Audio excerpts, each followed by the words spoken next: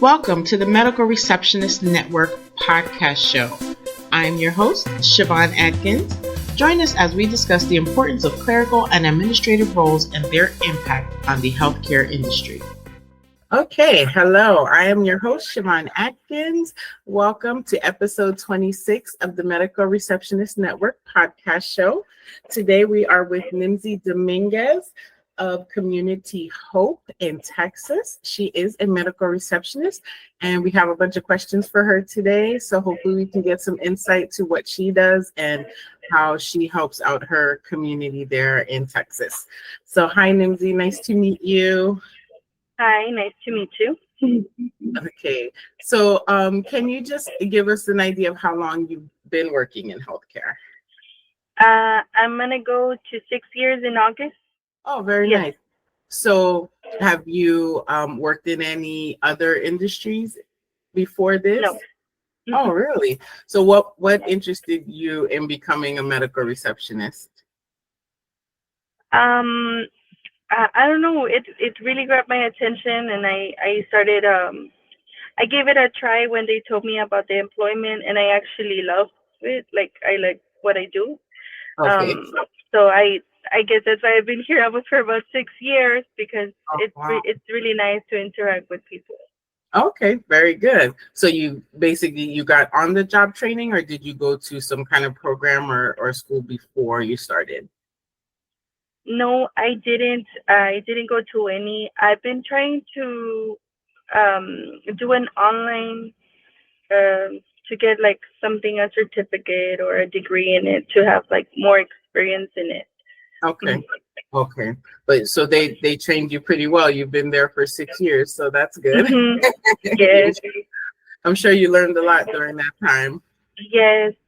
Yes. Most of us started, with on-the-job training, so that's not unusual, and that's very good that you've been able to be successful this long.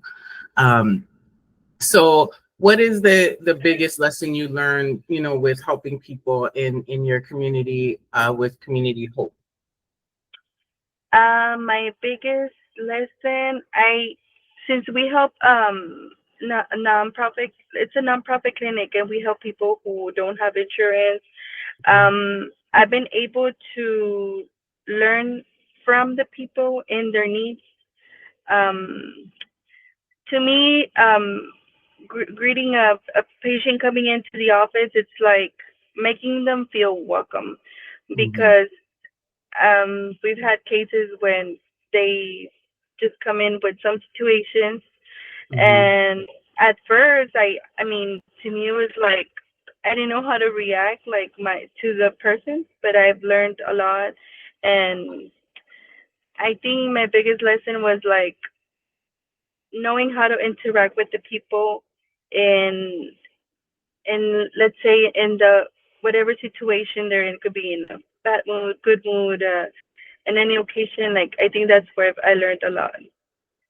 Oh, okay. So does your office, is it primary care, or do they do pediatrics or geriatric? It's a primary care, but we are a nonprofit, so we're not from a government. So all of our doctors are volunteers, and they come and give some of their time to see patients.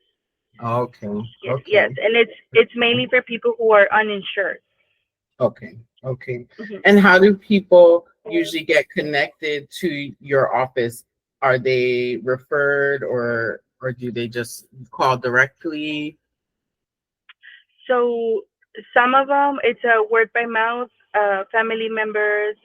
Another ones, we do get do presentations in the valley, and that's how we get our patients. Also, some of our patients are referred from hospitals, emergency care, even from other PCPs.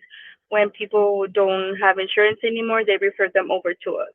Okay, very good. So as a receptionist there, what are some of the functions that you do at the front desk? Registration, things like that? I do check-in, check out patients, schedule for appointments. I do medical records, phone calls.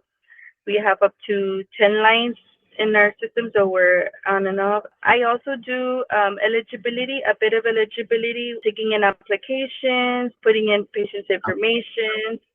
I also do referring patients to a specialist. I work in that too. I help them work with their referrals. Another thing that I Okay. also do is like collecting payments at the end, closing batches, making sure everything's the same. We also help Okay. when it gets to patients, since we see patients who are uninsured, we do get patients who are insured. So we call their insurance and try to help them get a PCP so they can get an appointment scheduled. Yeah, we help them also with that. So there are some people who will come, they have insurance, but they do come to your clinic and you guys will work with their insurance as well. And do you Yes. have any kind of funding scale for depending on people's income, or is it either you have insurance and you use that or it's free? For us, it's a free service. It's based on a donation. Like if they want to leave a donation, they can. If they can, that's fine also. Oh, okay. Okay. So you guys are probably pretty busy, because I know a lot of people, especially recent years, you know, are without insurance or, you know, between jobs and things like that. So let's see. Who has helped you the most in your career there, you know, with learning and understanding everything? Do you have a manager or a coworker that has helped you or helped influence you in this position? I have my supervisor. She's helped me a lot, but also providers. Providers help me a lot. Like even when I have to give them a follow up, and they give me their notes were abbreviation. At the beginning, I had no idea. So providers really push me more into learning, more into medical. So I get a lot of help. I can say I have a lot of help from our PA, my supervisor, and some of my coworkers there. But they're always in back of me. Very good. And now you're probably helping new people when they come in, because you've been there for 6 years, right? Yes. Yes. And are you with them? You work full time with them? Is your clinic open like a full time? Yes, I work full time. Their hours it's 8 to 5. Okay. Very good. Very good.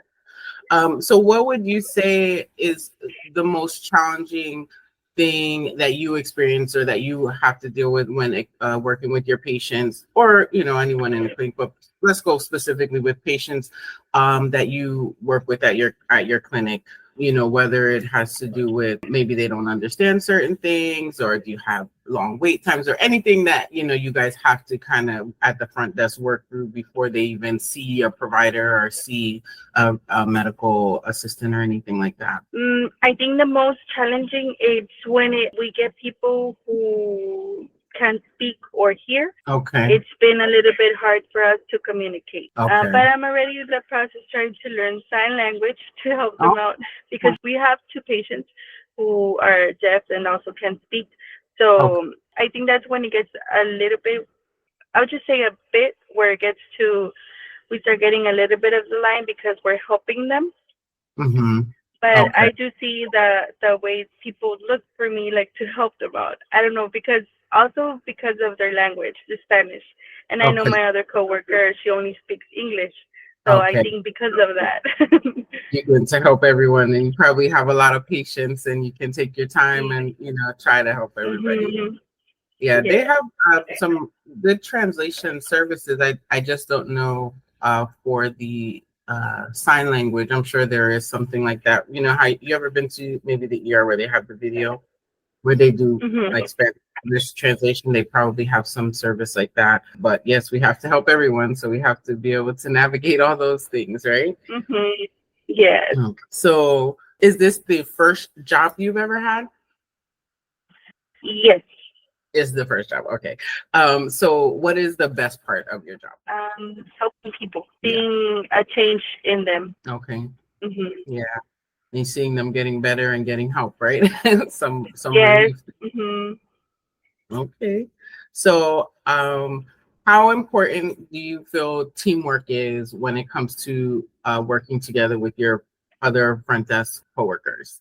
Well, I'm okay with working with anyone. Like here, it's only me and one receptionist, and we always try to interact together and helping each other. Like in case she has a question, she comes to me, I help her, or vice versa. But yes, I've worked before with other receptionists.